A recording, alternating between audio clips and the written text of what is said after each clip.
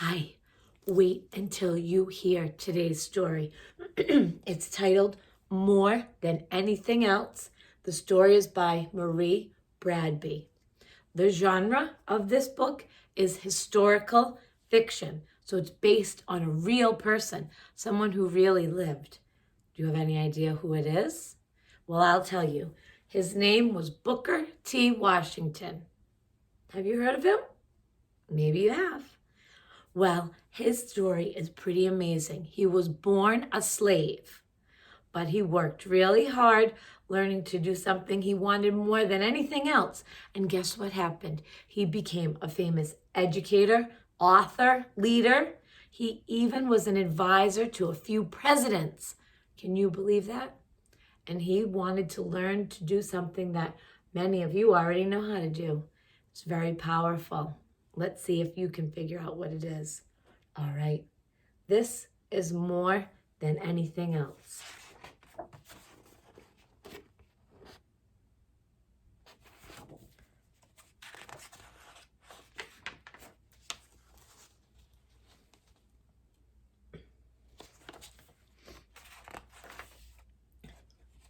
Before light, while the stars still twinkle, Papa, my brother, John, and I leave our cabin and take the main road out of town, headed to work.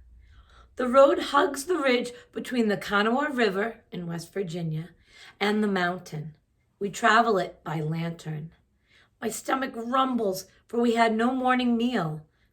But it isn't really a meal I want, though I would not turn one down.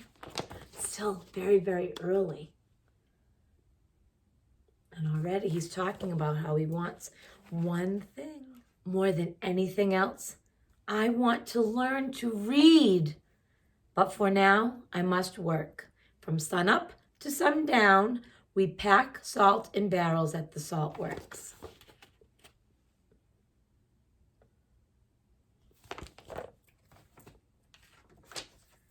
A white mountain of salt rises above Papa's head.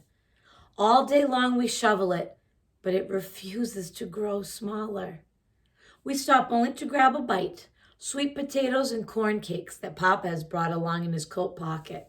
As I eat every crumb of my meal, I stare at the white mountain.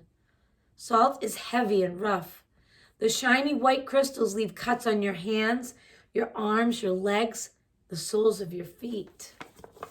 So see, this might look like a big mountain of snow, but it's not. This is all salt that they have to shovel and fill in these barrels.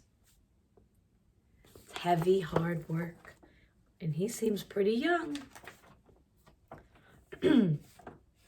My arms ache from lifting the shovel, but I do not think about the pain there. I think about the hunger still in my head. Reading. I have seen some people, young and old, do it. I'm 9 years old, and I know if I had a chance, I could do it too.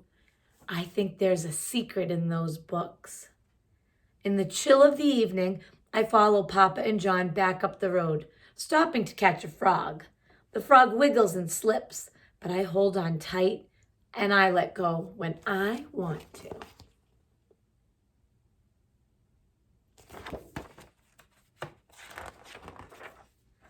There is something different about this place where we live now.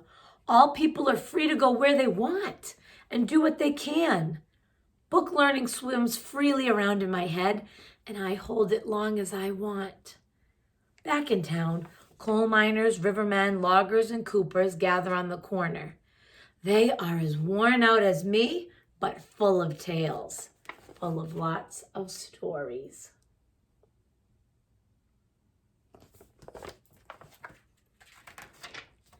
I see a man reading a newspaper aloud, and all doubt falls away. I have found hope, and it is as brown as me. I see myself in the man, and as I watch his eyes move across the paper, it is as if I know what the black marks mean, as if I am reading, as if everyone is listening to me, and I hold that thought in my hands. He's imagining himself reading.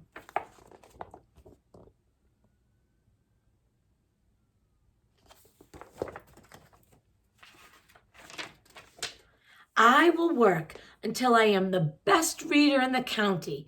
Children will crowd around me, and I will teach them to read. But Papa taps me on the shoulder. Come on. And John tugs at my shirt. They don't see what I see. They don't see what I can be.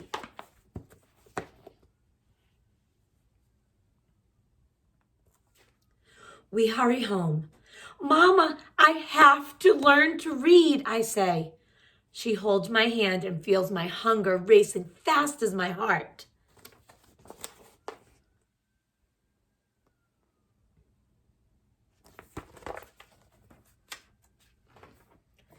It is a small book, a blue the color of midnight.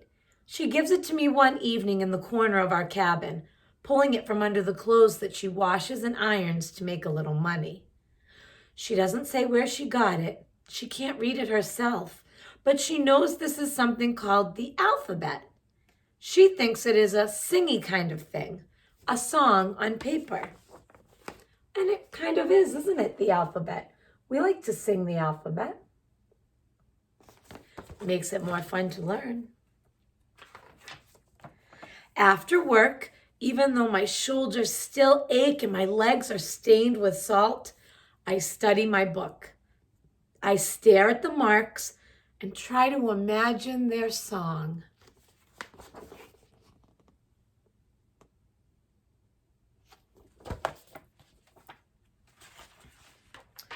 I draw the marks on the dirt floor and try to figure out what sounds they make, what story their picture tells.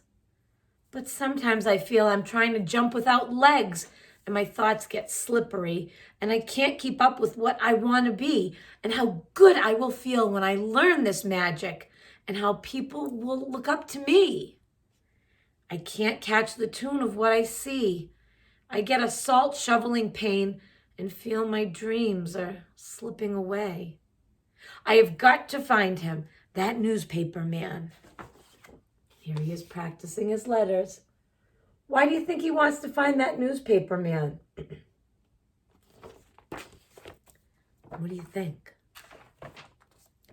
I look everywhere. Finally, I find that brown face of hope. He found him.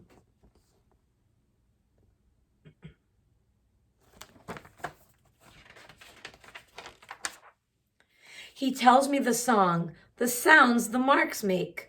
I jump up and down singing it. I shout and laugh like when I was baptized in the creek. I have jumped into another world and I am saved. Why is he so excited?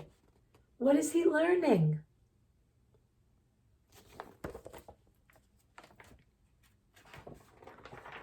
But I have to know more. Tell me more, I say. What's your name? He asks. Booker, I say. And he takes the sound of my name and draws it on the ground. Booker. Can you see it there?